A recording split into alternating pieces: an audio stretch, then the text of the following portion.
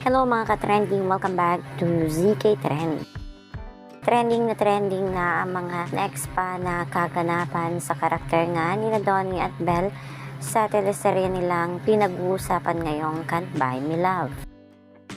Makikita kasi sa nasabing abangan ng Star Creatives na kung saan nga ay tila magaganap na nga ang first ever kissing scene ni Donnie at Belle dito na talaga namang ikinatuwa at ikinakilinga ng lahat ang mga manonood at taga-subaybay ng teleserye ng Don Belle.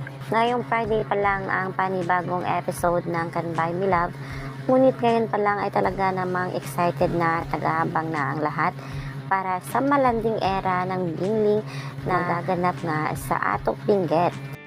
Tila nga ito na ang pinaka-most kilig scene ng Don Belle sa teleserye nilang Can't Buy Me Love. Kaya naman mga kababli, sa sabay-sabay tayong abangan ang mga eksena na ito ni Donnie at Belle at sabay rin tayong kiligin.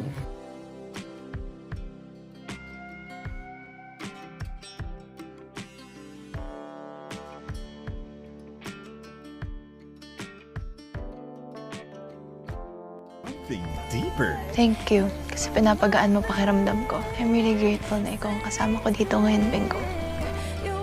Abangan! Can't buy